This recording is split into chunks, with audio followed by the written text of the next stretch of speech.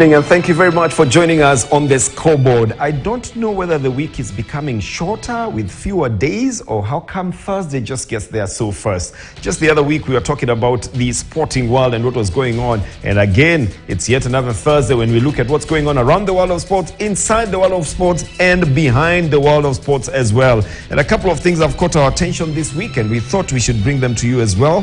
Now we'll be talking about the Kenyan Premier League and some of the action that was over the weekend. Remember, Gor Mahia were playing at what is called the Raila Odinga Stadium in Homa Bay, and the results of that are also in. They all obviously determine what the log looks like, plus a host of other matches that were played on Saturday and Sunday. We'll be giving you that in one moment.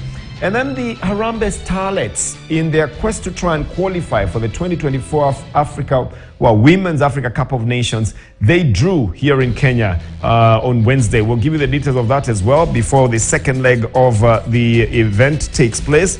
Another Kenyan wins another big marathon. The Shanghai Marathon was conquered in a course record time by Mr. Kipchumba. I'll be telling you about that as well as we go along in today's program. So you make sure you stay with us together with what's going on in the EPL, and Sekafa will be able to fill you in on the information that you need to have, especially for what has happened in the week. I'm Bernardo Tieno. As usual, would like you to take, to join us in our conversation as well.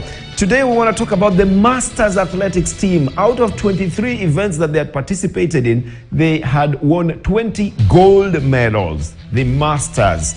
Now here is what I want you to do. Just a word on what you think that prowess was. Do you think it was encouraging? What would you tell the Masters team? At Bernard_sports, and we're talking about athletics, At Bernard_sports, at Kchege_sport is where our handles are at. Let's hear what you have to say. The Masters team, it's for the seniors over 50. What can you tell them about their prowess? They had won 20 gold medals out of the 23 that were on offer at that time. They're back, and of course we'll be talking to some of them later on in the show. Right, so let's go for it then.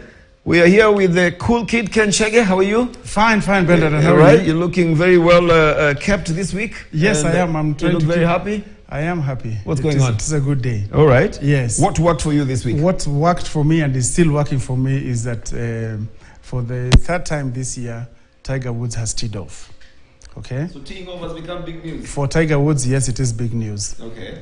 Tiger Woods is the epitome of resilience.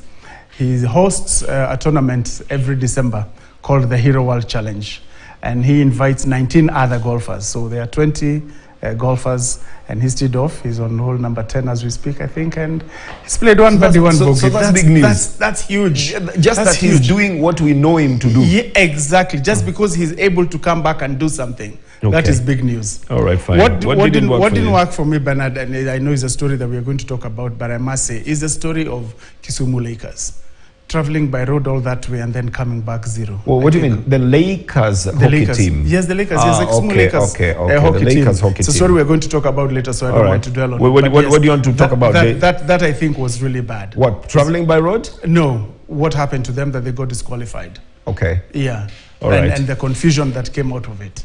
Okay. Yes. Great. So what worked for me is the fact that the Cabinet Secretary for Sports, Ababuna Mwamba, said no more non-sporting activities at the Nyayo National Stadium. No more non-sporting activities. Now, we are coming to Jamhuri Day, yeah? And that stadium gets really stomped on before the actual celebration, like a week in advance, eh?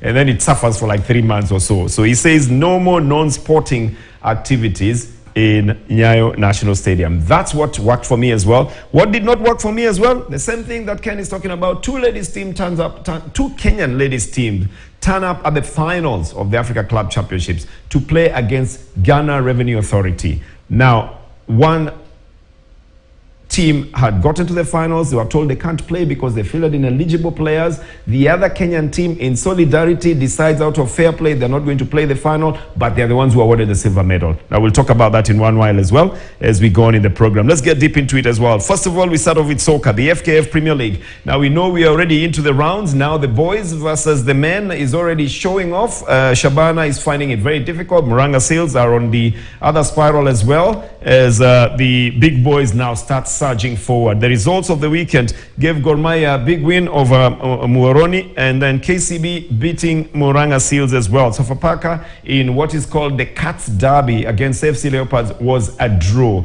So what are the other results, Ken, and where do they leave the log at? Well, starting at the top, Posta Rangers beat Torebore 3-1, meaning they still stay on top of the log, ahead of Gor by a point. City Stars managed to beat Kariobangi Sharks 3-1. Bandari could not sink Talanta. They drew 1-1. The police went away and arrested Nzoia 3-1. Okay. Ulinzi was outgunned at home 1-0 by Homeboys, you know. And I like the climb of Homeboys. Homeboys, by the way, now is 4th on the log. You already mentioned KCB, which beat Murang'a Seals. No, I want us to talk about that one as well. Murang'a Seals. Remember, we talked about it here last week when you're talking about whether Murang'a Seals is going to break the bank. I told you whether they'll be arrested and their accounts closed. And it looks like one of the accounts was closed here on Murang'a Seals. Okay, so in a very violent manner. At so home in Murang'a. 2-1 was the scoreline. Now, it's usually not very nice to lose at home because you collect the maximum points at home. But where does that leave the log? I think Rangers are leading it, you said? So Rangers still lead by a point or from Gor Mahia. But remember, Gor are still the only unbeaten side in the championship. KCB are third with 22, and Homeboys, after that big win, are now 21st. With 21 points, are 4th. And then Seal dropped down to 4th. Same as Homeboys, but with an inferior goal difference. Just one goal difference in that. Okay. What about the other side of the log, now, towards the bottom? At the bottom of the log, we have Sofapaka still, I don't know whether to say still very strong at the bottom, but yes, they're still at the bottom. Muhoroni has joined them. They are 8 points apiece, but Muhoroni has a slightly better goal difference. Nzoia Sugar is having its troubles, and then there's Shabana, and then AFC Leopards.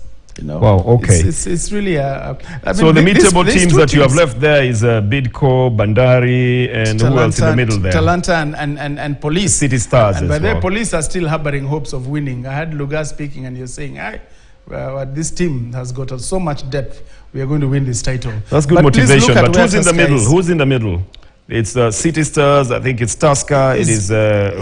Tusker is in the lower half. It's Bidco, Police, and City Stars. All right. Okay. Tusker is not having a nice time, and they are playing FC Leopards this weekend. I don't know what's going to happen. Okay, we'll put that in the fixtures. We'll talk about it in just one. Great. So that is what is happening in the Kenyan Premier League. Let's move on to another event that was there during the week. The Harambee Starlets. They are playing to qualify for the AWCON, the Africa Women's Cup of Nations, or the Women's Africa Cup of Nations, if you'd like.